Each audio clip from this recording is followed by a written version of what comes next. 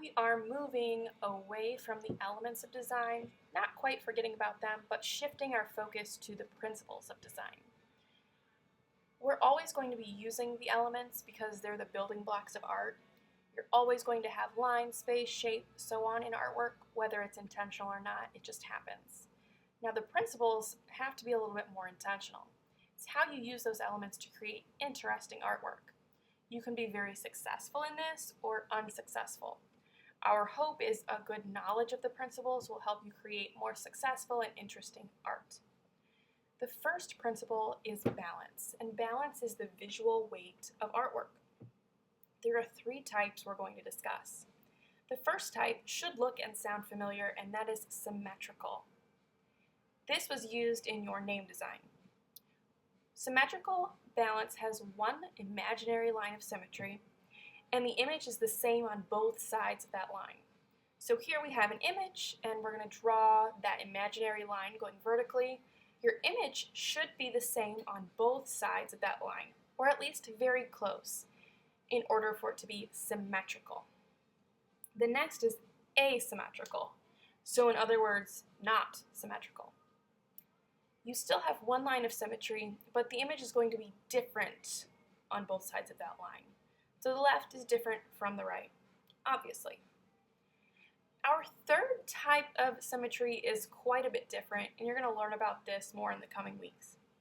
Radial symmetry has multiple lines of symmetry, so if you cut an image like a pizza, all those slices or pieces are going to be the same. So here we have an image. We're going to add that first line just like we have been, same on both sides, but we can add more. Each quarter of this picture is the same. This picture I can divide even more, and actually more than I have right now. So with radial, you only need two lines of symmetry, but often you can continue to divide this picture up even more to show that radial symmetry.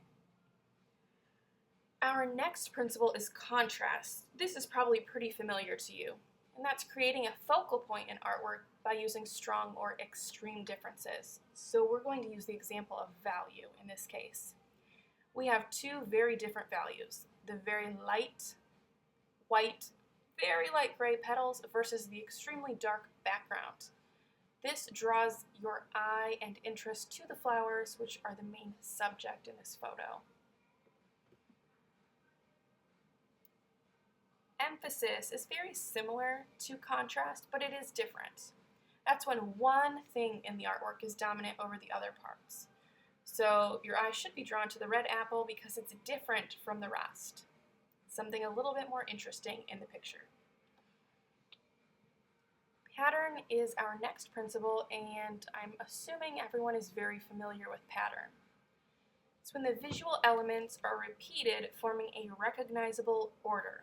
So it's a sequence. It's something you could continue on your own, even though you've been given a small section of the image.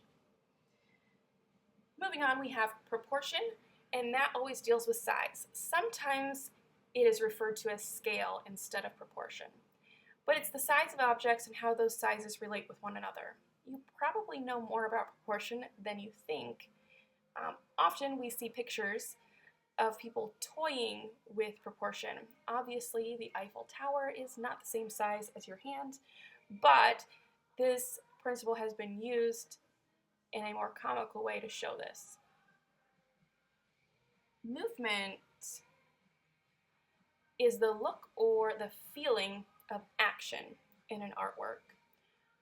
We often see diagonal lines accompanied with the principle of movement, and you can see that in this picture. We've got several slanted lines created with the arm at different points in the tennis player's stroke. Rhythm is often used interchangeably as movement. They're a little bit different, but very, very similar. Rhythm indicates movement by the repetition of elements or objects, so you're going to have a lot more repetition. In this photo, you can see the lines, shapes, shadows, highlights are all repeated several times, and we still see those diagonal lines that draw your eye through the image. And our last principle is unity. unity is how things fit together.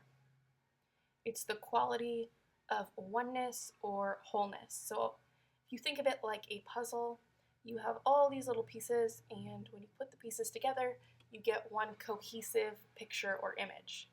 So if I were to take one of these pencils away, particularly at the bottom, this structure would crumble.